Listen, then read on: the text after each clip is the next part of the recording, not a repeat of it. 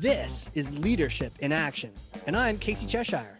Join me as we delve deep into the passions, expertise, and experiences of Boston area innovators. Sponsored by the Boston chapter of the Entrepreneurs Organization. This is Leadership in Action. Happy New Year, everyone. Happy New Year. This is the first one back. Doesn't necessarily mean you haven't been listening to the show throughout this year, but this is the first time I get to say it to everyone. And Happy New Year 2022. So excited. And this is going to be the year that makes up for all those other years. And what better way to start this year off than with a guest and a topic and an expertise that we all could use a little more thought into: travel. I have a titan of the travel industry here. She is an absolute badass. She's an entrepreneur. She's a leader, a thought leader, business leader. Also, many accolades. Named world's top travel specialist in 21 and 22. Condé Nast, top 25 all-star travel advisors by Travel Agent Magazine. Founder and managing partner of Travel Luster, founder and travel designer at DA Luxury Travel. Kristin Chambers, welcome to the show. Hello. Hi, Casey. Thank you for having me. Happy New Year, all. Yeah, Happy New Year. Man, the idea of travel just excites me. Sometimes, almost every show we have here, we kind of talk about travel at the end of it. So very exciting to be in this topic almost for the entire time. And I think anyone listening, even if they can't get away, even listening to the show might be like a mental travel trip for them. But I'm going to stop talking. I want to get to this thing. So I want to pass you the baton, smash for some kind of misconception around leadership, being an entrepreneur, running a company.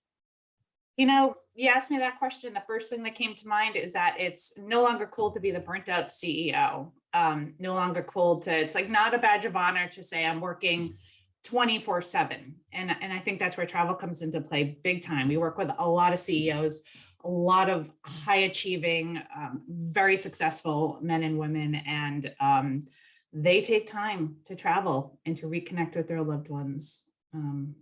Always want to make sure you stay connected, of course, but I think we are starting to respect people more who take the time to fill their cups and to reconnect. I mean, you can't pour from an empty cup. That's what my executive coach always tells me, reminds me almost weekly. So I'm going with that. Respect those who fill their cups. Why do you think, where did that myth come from? The idea of the burnt out CEO and that badge of honor, that thing that says, oh yeah, look how busy, look how frazzled that CEO looks. They must be putting in extra time at the office. You know, I don't know. Growing up the way I was raised, I came from two parents who, both worked full-time jobs, raising three kids, president of the soccer league, volunteer for this, hosted in, just always going. And, I came home and, I would get an A-. My mom was like, well, why didn't you get an A? And so I think some of it just comes from, some of it might be generational or just kind of what we're accustomed to doing. We're always, those crunching at, midnight and waking up at 5 and slaying the day is, I think it's just the picture that our culture has painted as those, if you do that, you're going to be most successful. But I think it is, you can be more efficient and you can, with your time, and more meaningful and intentional with your time if you do take the time for yourself, because you're not always, sweating it, right, being a little bit more efficient. So yeah, let's dwell on that for a second, because I think there's probably some leaders listening to the show who are immediately skeptical of that and rejecting it, and others need the reminder, like, why again, that nudge to get some time off. And you mentioned to fill their cups, and I've also heard it like recharging your batteries. Tell me about that. I mean, what happens as we exhaust that energy? Like, where does that put us? yeah, and I can tell you from experience, I founded my first company in 2007, and I did work around the clock. I mean, and I had a 2-year-old, and my company was, he came first, of course, but I was getting 5-6 hours of sleep. I was working nonstop to get my company off the ground and get it as successful as quickly as possible. And, we've grown in double digits ever since then, starting the company in the recession. And we've even grown double digits in the pandemic, which is insane to think about responsibly. Of course, we've positioned and come up with some cool ideas. So I have, for a number of years, probably more like over a decade, I was grinding like all the time, and I was constantly burnt out. And I look at my 30s and it's like, gosh, like we get to travel to some cool places and I've done some cool stuff with my family, but I don't have any hobbies. My hobbies work. And I brought on a really awesome executive coach. I've worked with a couple over the years. I'm currently working with Hillary Porter, who's amazing. And what's the name? Hillary Porter from H Porter Consulting. She's incredible. And I started working with her about right before the pandemic. And immediately before we even started talking about business growth, we just really peeled off the layers. And she's like, you got to work on yourself first. She's like, your business is not your baby. You are very successful. You are, growing quickly, starting the second company. We're launching our third in a couple months. She's like, but you've got to take care of yourself. And she really forced me. She's like, I'm not going to work with you on business growth until you actually take care, peel off the layers, and let's get back down to your why. And so it's something that I've been really working hard for. And I can tell you, I have noticed such an incredible difference, when you be able to spend more time with your family, not on your phone at, dinner, like actually 100% present. When you're picking up those hobbies, picking up tennis, spending Sunday mornings playing soccer with your girlfriends and going out to breakfast after, you're doing those things. I feel like I'm enjoying this growth stage. I'm enjoying the process more because I'm taking time for myself. And, not to say when I am, the thoughts of, oh my gosh, I should be doing this. I should be doing that. I should be doing this. I really have to work hard to squash those because, it's natural. But I can tell you it's made such an incredible difference. 100%. I can relate to that. I'm sure everyone listening can too. The idea, there's so many ideas there. And one of the ones that stood out to me was the idea of not being on the phone, right? Fully unplugging is really important. And I think a lot of us try to, half recharge, and we try to, to me, it's like one of those like splitters that's like powering 9 different things, including your iPhone or something. And like, why is this not charging very fast? Well, you're spreading that energy across multiple areas. Of course, it's not going to charge your phone. And I think there was a concept that Dan Sullivan, or strategic coach, or one of those groups had put out, where they had said that if you want to count it as a free day, really a rest day, then you can't, not only can you not look at your email, but you can't even read a business book on that day. Like, it is literally, because if you're reading a business book, you're like cheating. You're thinking about business. Oh, how can I apply this? How can I apply this? Let me write some down, some things that, you can't go read some fiction, right? Find your fiction. And this is such an important point. It happened to me one time. I was in Miami and I was at this nice Hilton resort with this crazy pool with 2 different layers, and my kids were swimming around, and I checked my email casually, and I got this email. And you know what? It serves me right. The most triggering email I could possibly have received. It wasn't even a big situation, right? It was a little vendor who we did some small work with, and I think we owed them like $180, for a company doing millions in revenue, $180. Hey, we'll pay you. We have a proper AP function for that.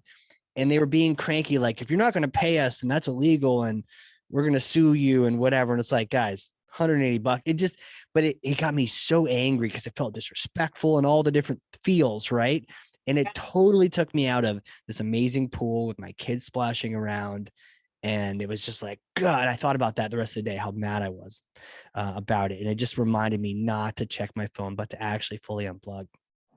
100%. And you know what? The way the universe works, it's almost their way of saying you should have unplugged. That was my penalty. Yeah, you're in the penalty box. The penalty box. That was my prize. Yeah. Have you ever had that? Have you ever had those things where you kind of like half unplug? 100%, because I get to travel oftentimes for work. We're doing site inspections, Yeah. in travel. And so because I do travel a lot for work, sometimes when I am traveling, I am working, but there are times like I promised my husband we're going to Costa Rica to the new Hacienda Gracia, and it encompasses, like, it's really a big wellness property in the, mountains of Costa Rica. And I promised him no work for 3 days. And this is a big one, like no checking my emails, no, not even social media for the company. I have somebody that runs that, but not even checking in on that too. Like, just trying to really, really unplug. Because your example of that triggering email is exactly, I mean, we have things in place where there are people able to pick up our emails and cover when we are out. We work hard to make sure those are in place. So why do we need to pick up those emails? There is somebody that can handle that email that might completely throw you off your R&R game, so, but it's so tempting. You're waiting for a flight, you check your emails, and then all of a sudden you get into something and then you wheels up and, oh my gosh, I don't have internet. I know, it's like a habit, right? I found myself saying, I'm not going to check it. And then I look at my phone, it's like my email's up. I'm like, wait a second. My thumb was like, you want to go there, right? I'm like, no, I don't want to go there, thumb. Stop it. Exactly. I know some people that delete the mail app off their phone when they go on vacation. That's a good habit. That's a good, healthy habit, that scares me, but I think it's important. I really, really do, because even like conversations you can have with people that you are waiting for a flight for, I'm like, you're completely putting obstacles in front of you for any sort of human connection and interaction. I mean, we're so accessible these days, and people are getting used to being accessible. I have so much respect for my partners that we work with that put their out of office on like 5:30. So I start to know that, oh, we really have to get to them before 5:30. And then, some other people, we can maybe send an email a little bit later. But I can't tell you, it actually makes me happy when I see somebody say, okay, we're out of office at 5:30. If this is Uber time sensitive, we have this in place, but I'll talk to you tomorrow. I think that's really important. I think not enough of us do that, but I think you also have to train those who you are working with. And I think that out of office kind of trains colleagues, partners, clients to know and establish those boundaries. I think that's the very first step. I don't think you can, I don't think you can think about going away and super relaxing if you actually don't train and let people know you are out of office. So I think that's the very first basic step to us gaining our mental peace.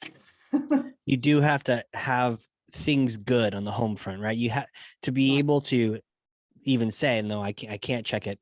You have to know that somebody else has your back, or you've trained, like the team is in the loop, they're trained, everyone's covering each other. So you do, to your point, you do have to do that homework to make sure. And that's just good, leadership too, is just building a company to the point where you can have people covering for each other and for yourself. That means you're not quite as critical. And I think sometimes we think that it's good that we're critical to the company, but it really isn't, because we're just going to hold it back.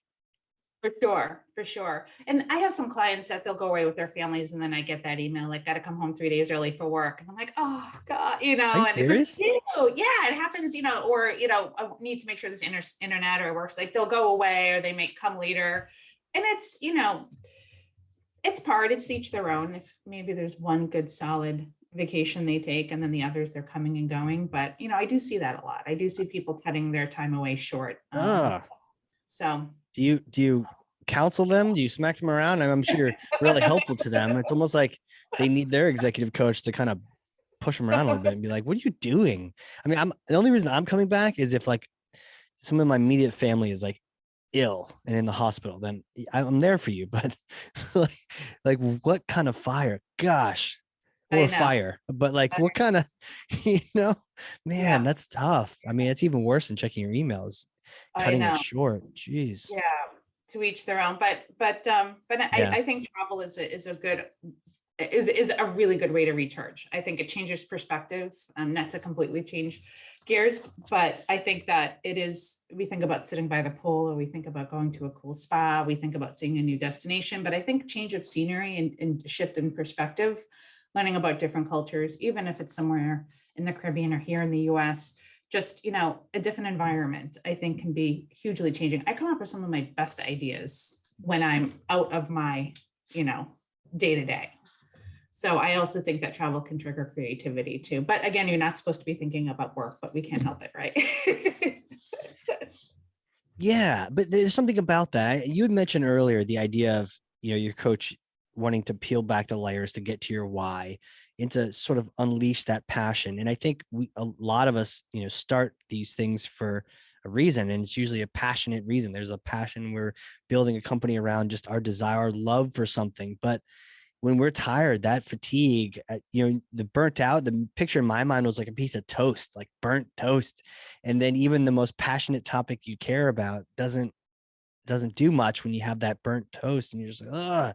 And there's nothing like, to your point, travel, change of scenery, something to get you out of that mode. It's interesting. It's not working more that gets you out of it. It's actually working less for a little bit that kind of gives you a chance to want to get back after it. It's almost like the heart grows fonder because you had a little bit of time away and Yes. you can't wait to get back to it instead of being like, oh, another day. This is rough. It's like, I've been dying to check my email. I've been dying I had a couple ideas over some coconut drinks and I can't wait to get back to it.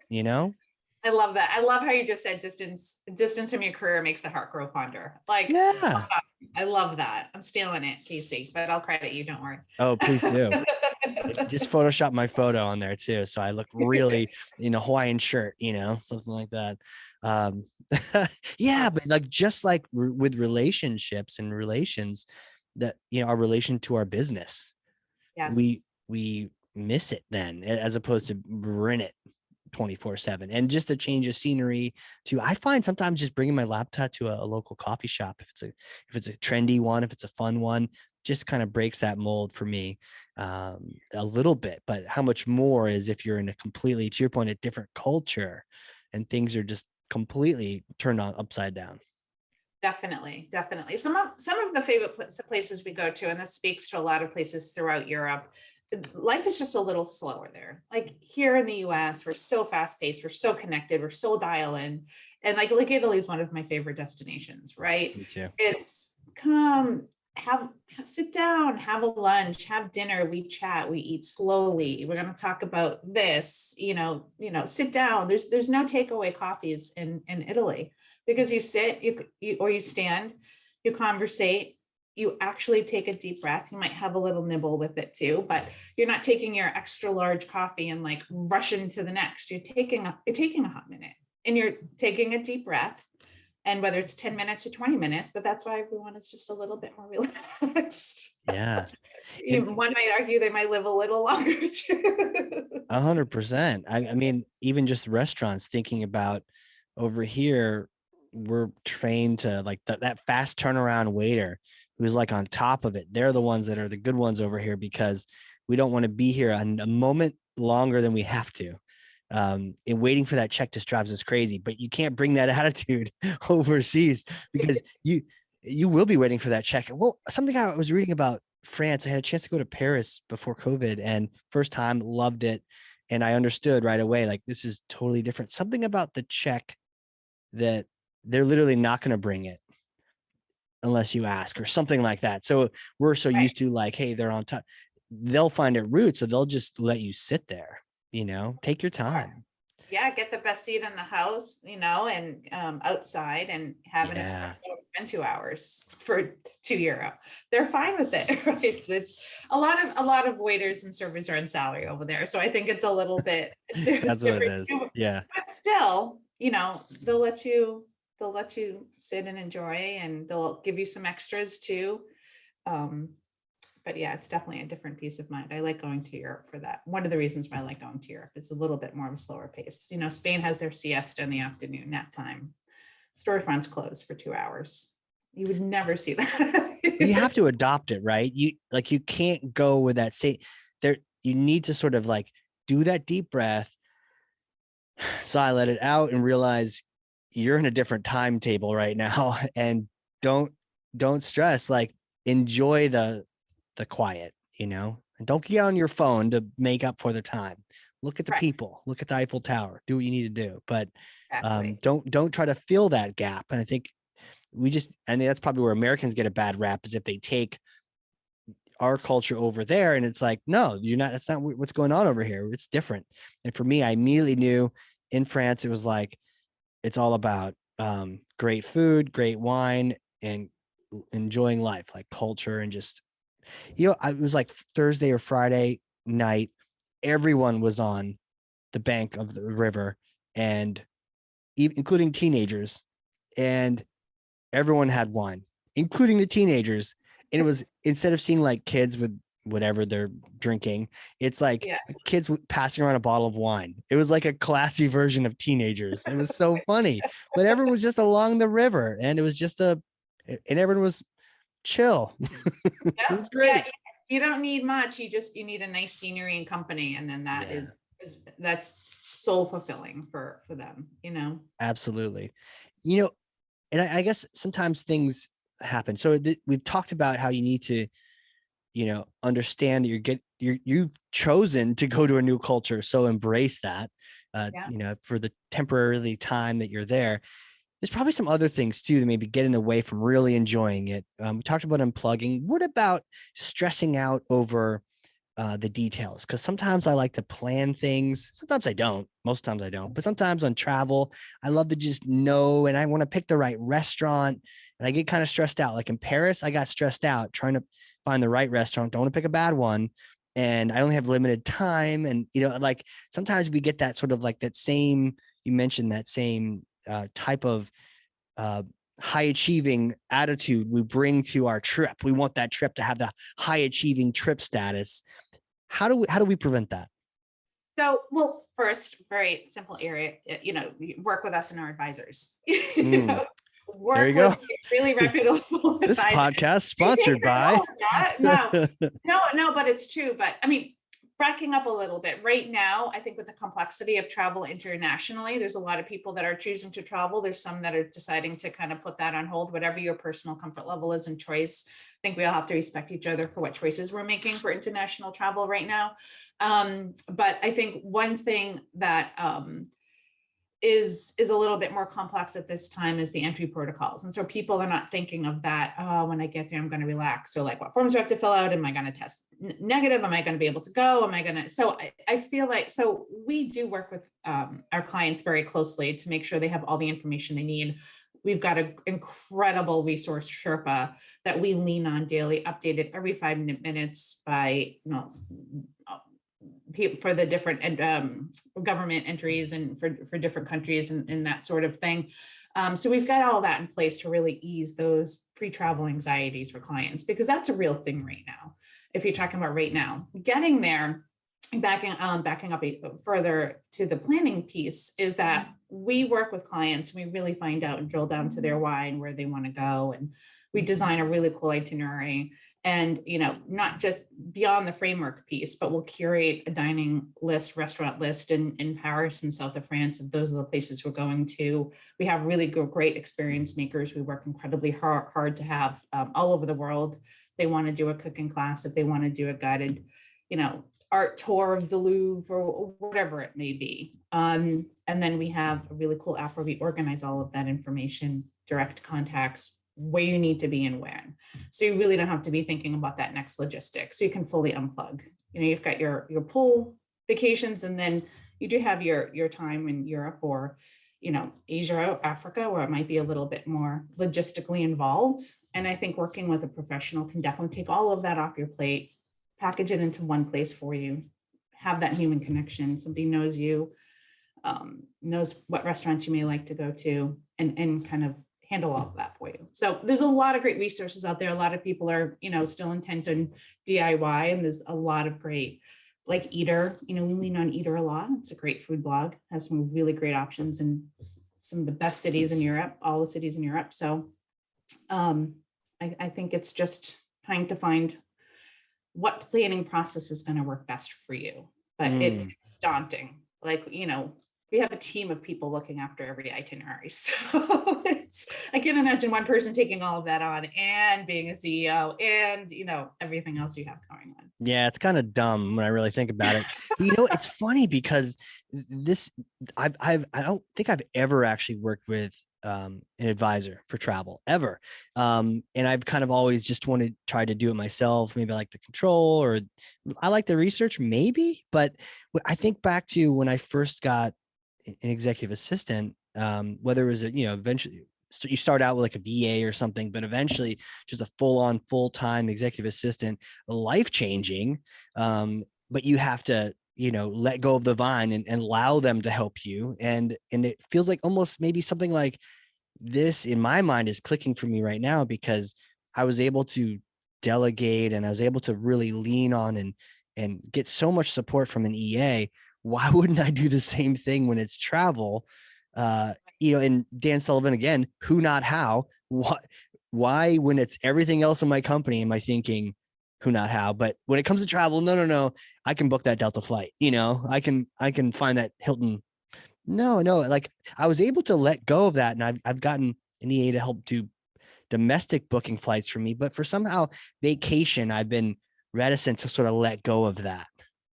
Definitely. And it's actually funny you brought that up. We work with a lot of VAs, that are booking travel on behalf of their CEOs. And we're part of the executive assistant organization. We offer a lot of, I do some like little training videos and tips, but we work with them a lot because, as you just mentioned, the relationship with your EA to do that domestic. And then when you have a vacation, you're like, well, she already has all the information. She kind of knows. She's got my Delta frequent flyer. She has my Hilton frequent flyer. Hey, can you look into this vacation? So that's when a lot of EAs pull us in if some of our team members are not already handling that corporate travel, that upper executive travel, to really help them design those itineraries, because it's a completely, leisure and corporate are two completely different animals. What are different? Corporate, like traveling for leisure versus corporate. Leisure. Okay. Yeah. And we're primarily leisure. Although we do some upper executive travel, it depends upon the situation. But, one of the reasons to really work with us is, we're part of this Virtuoso network, which is the highest network that comprises of the highest regarded travel partners in the world, from the top luxury travel agencies to the airlines, to all the top cruise, to the hotels. And given that kind of buying power that we have being part of the Virtuoso network, our clients are getting upgrades, $100 spa credits, early check-in, complimentary breakfast. You get all these extra value adds that you get with working with us, rather than you would have just booked it on your own. In addition to having that human connection and our 24 support, and us kind of knowing, we're not an algorithm. We can pick, guides and experience makers and chefs, and we've got those connections. So you're not relying on the World Wide Web and a couple Google reviews and cross your fingers and hope it goes well. There's two things you mentioned there: the extra value adds and then the connections. These are my gateway drugs to working with a travel advisor or having an EA work with. I like that combination too, because they know you really well. Yes. And then they're collaborating together.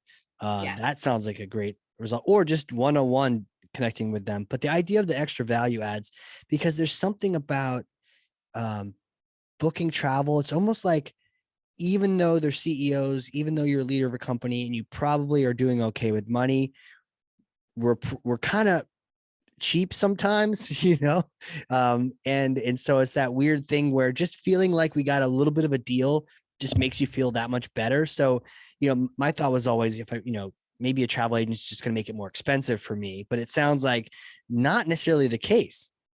No, definitely not.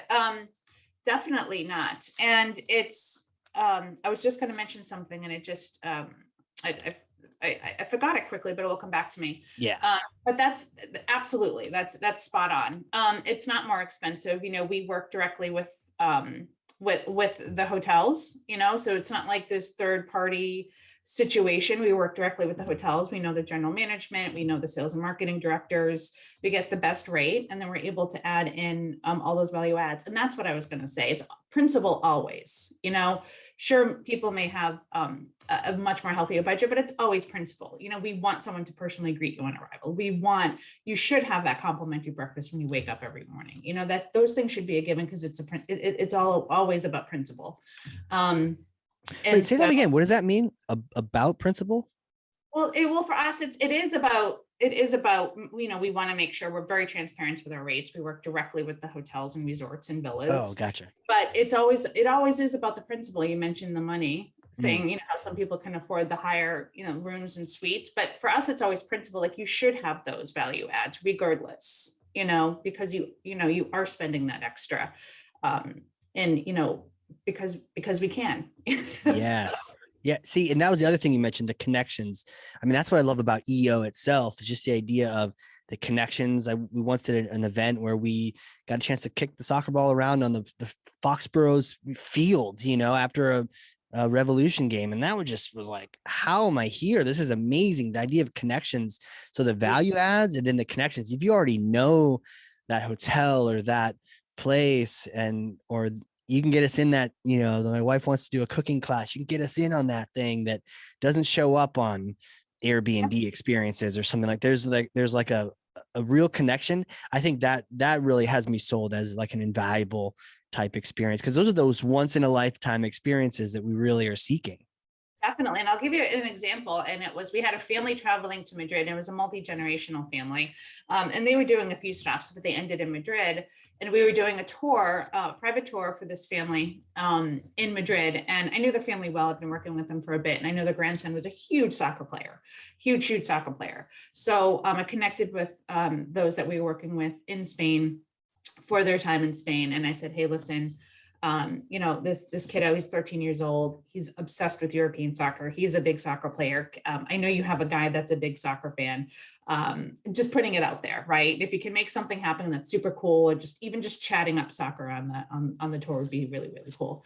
Well, it so happened that, the timing also worked, that they were able to get them into the Real Madrid locker rooms and stadium. And it was a surprise, right? Sometimes you don't know, but he's, this particular guy was local to Madrid, grew up there, knew people.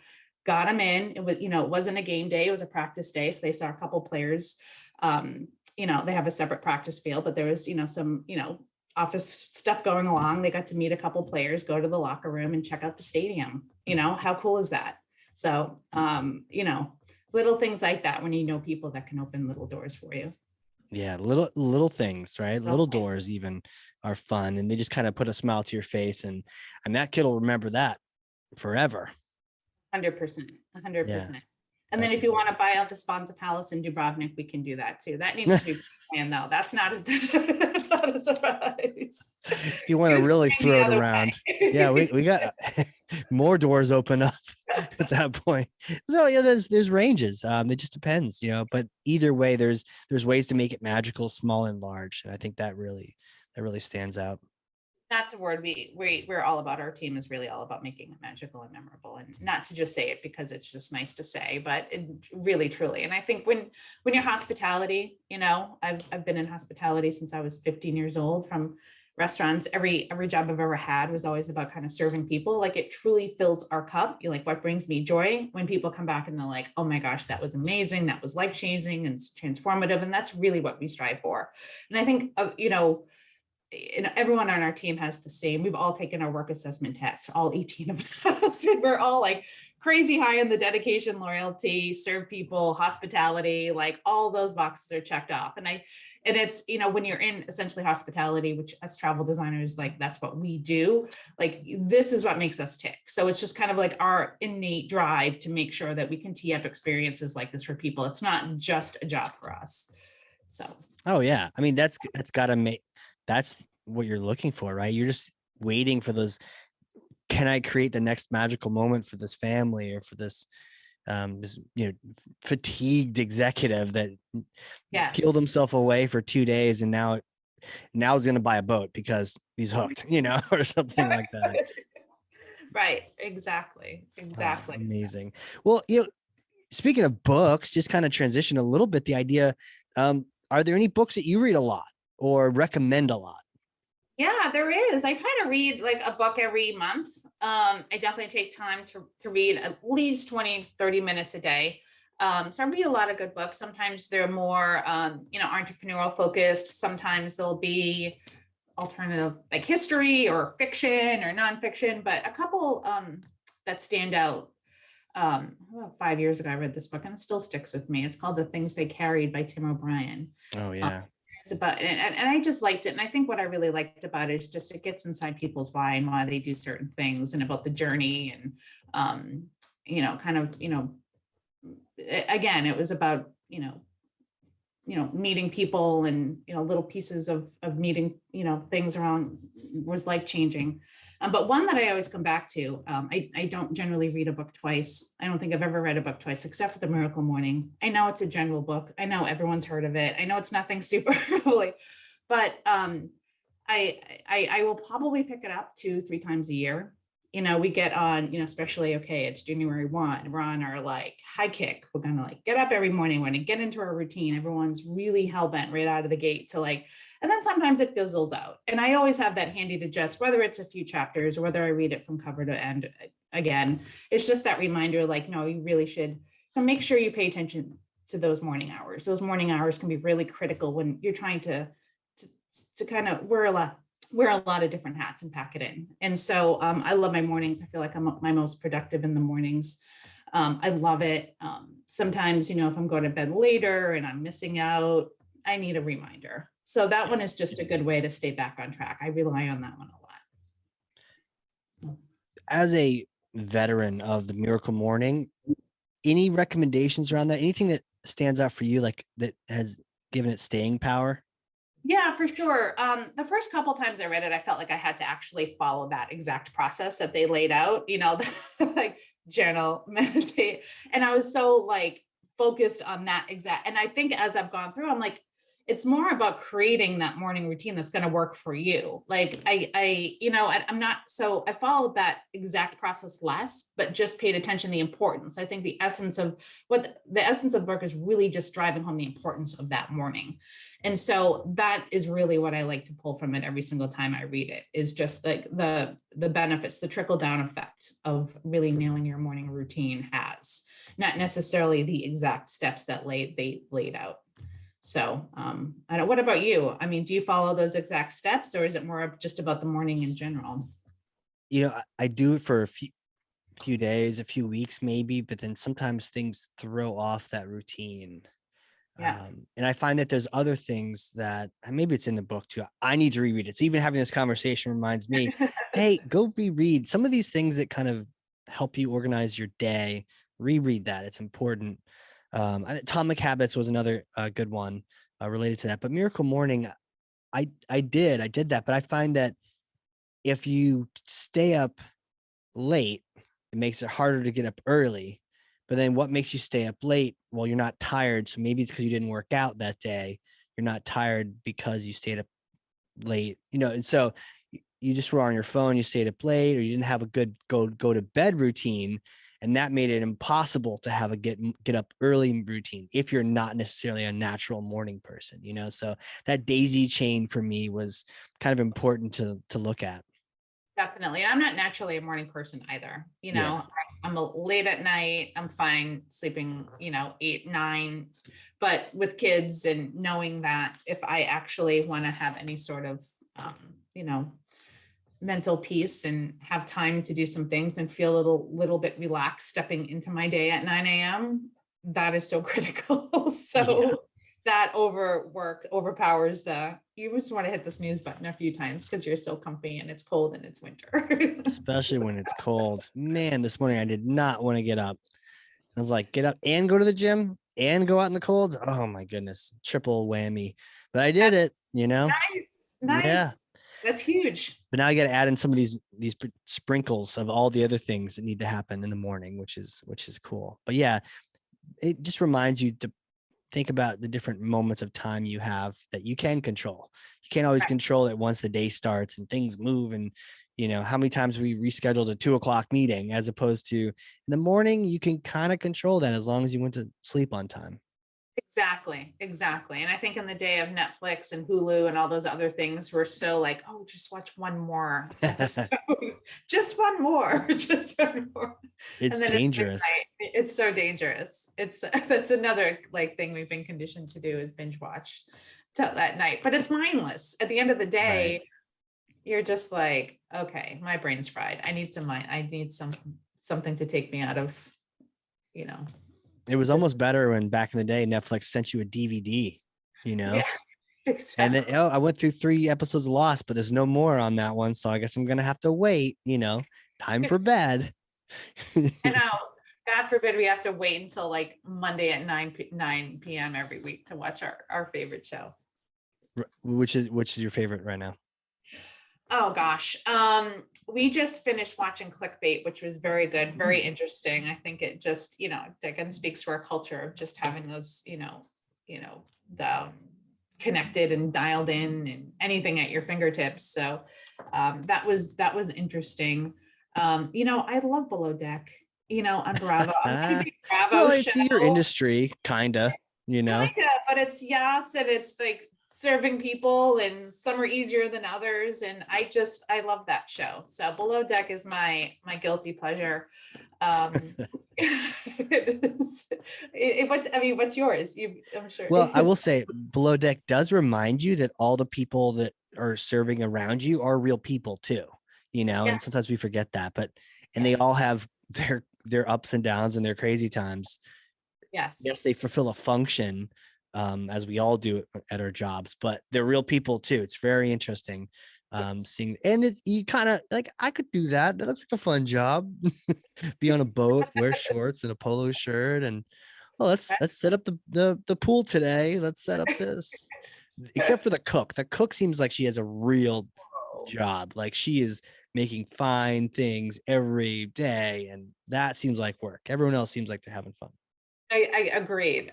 Yeah, that's a tough job. I feel like they don't get enough love. That's an unsung hero gig, being a private chef on a yacht with very limited space and no staff to help you prep. So kudos to her and him and all the past seasons.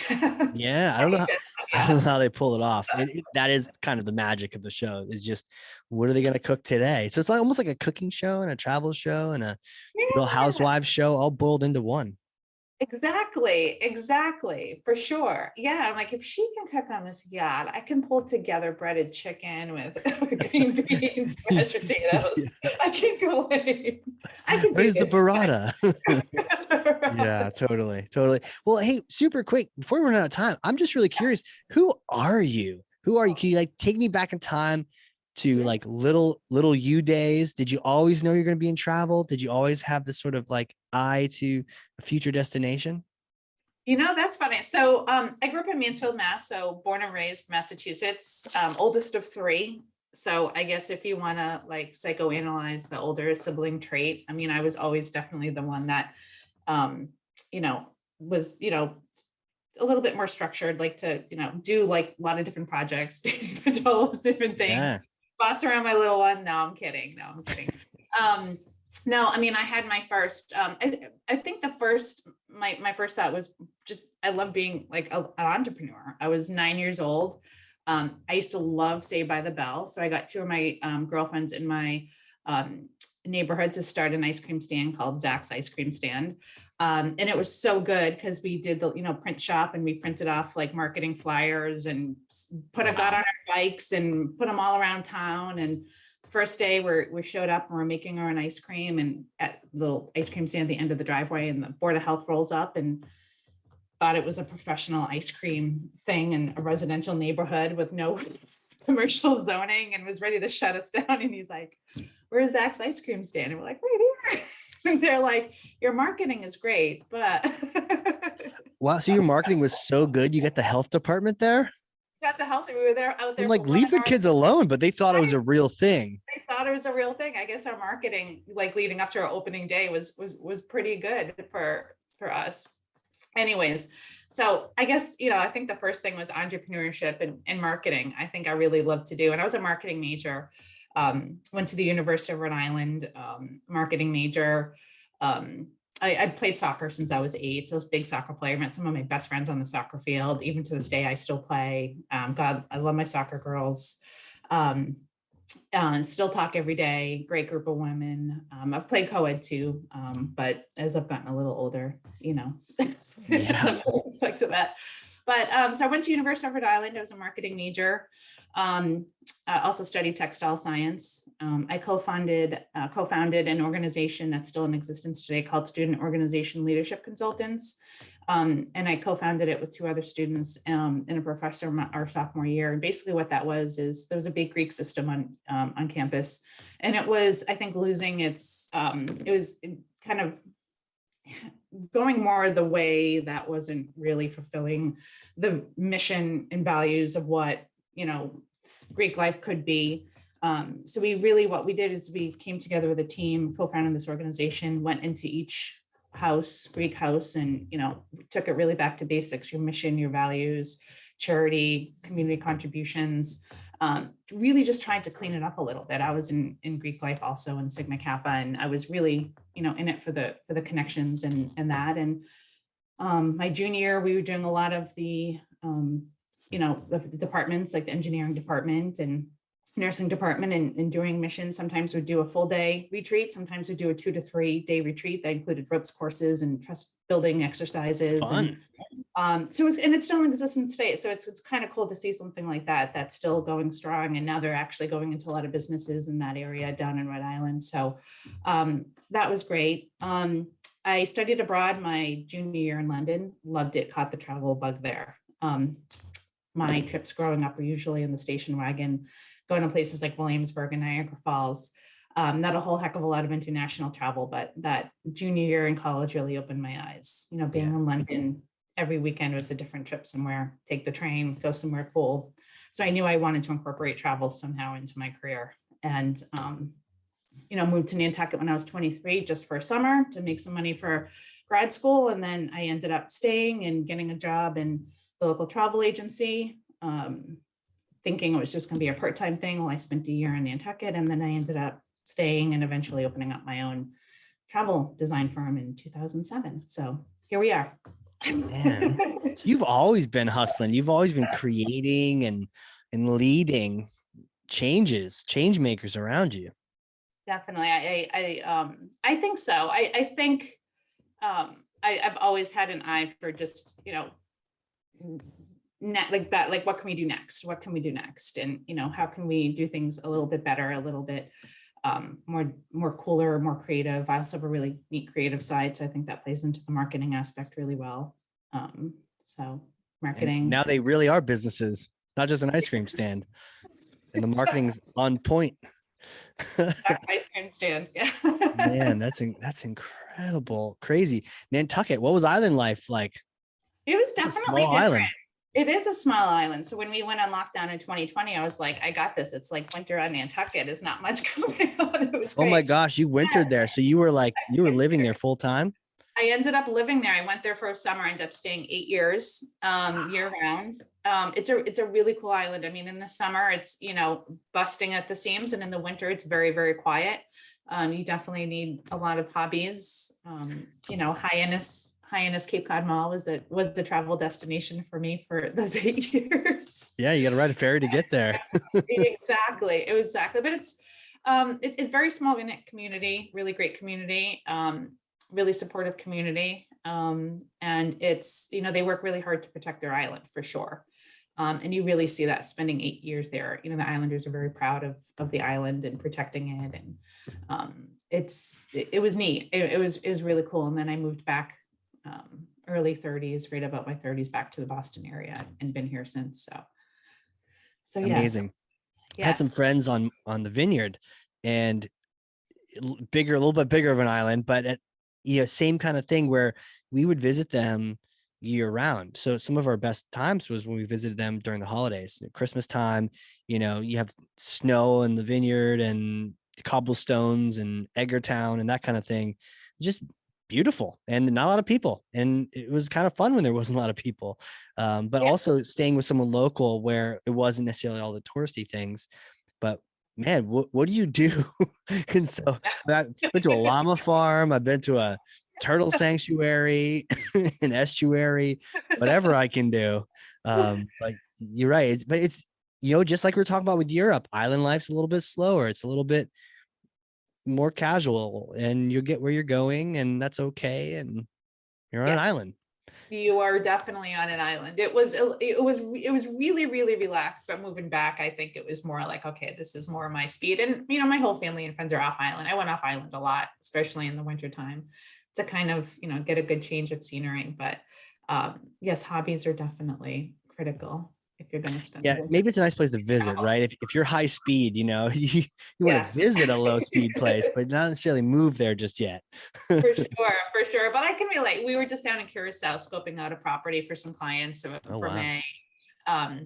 And it was right before the high season kicked in. So we got to spend some good time for a few days, one of my advisors and I. And, the island life and the island mentality is, if you can kind of dial into it and respect it. And, we're working with these people very closely for this big event we have there in May.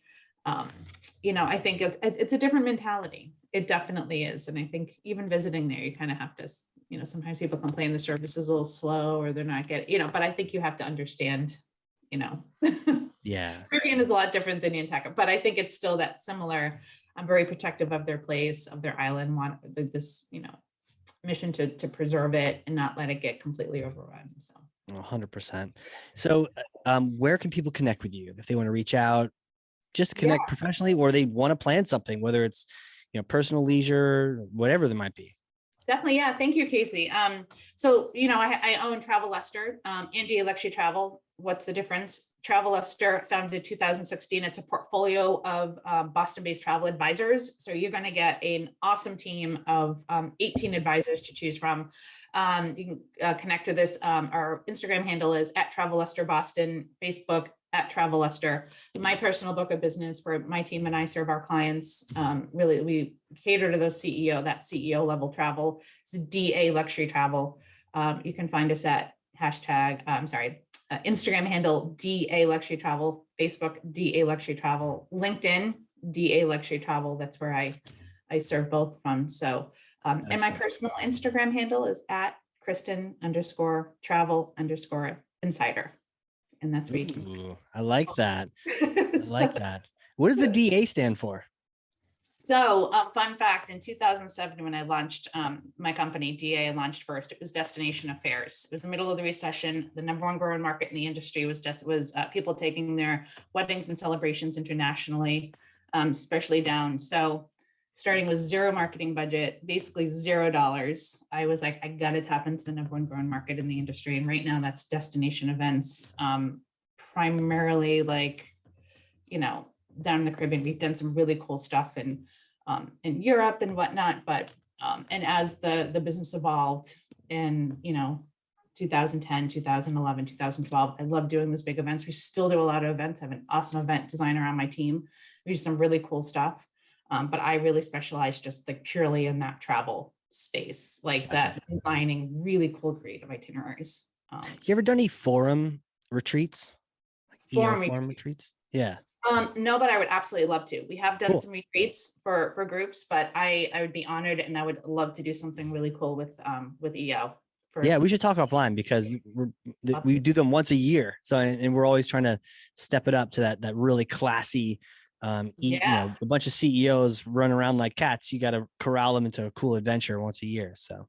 Oh, definitely. I just had a meeting yesterday with, there's a woman on my team, Nicole, who is also really well-known in the Boston area for events. She might be a good guest too. She primarily deals with corporate, just kind of how we can create these really neat, intimate events for CEOs. That's going to be more beyond the golf and spa, right? It's going to be really cool, creative, nothing you could probably kind of, think, little surprises and cultural experiences and some neat stuff. So would love to do that.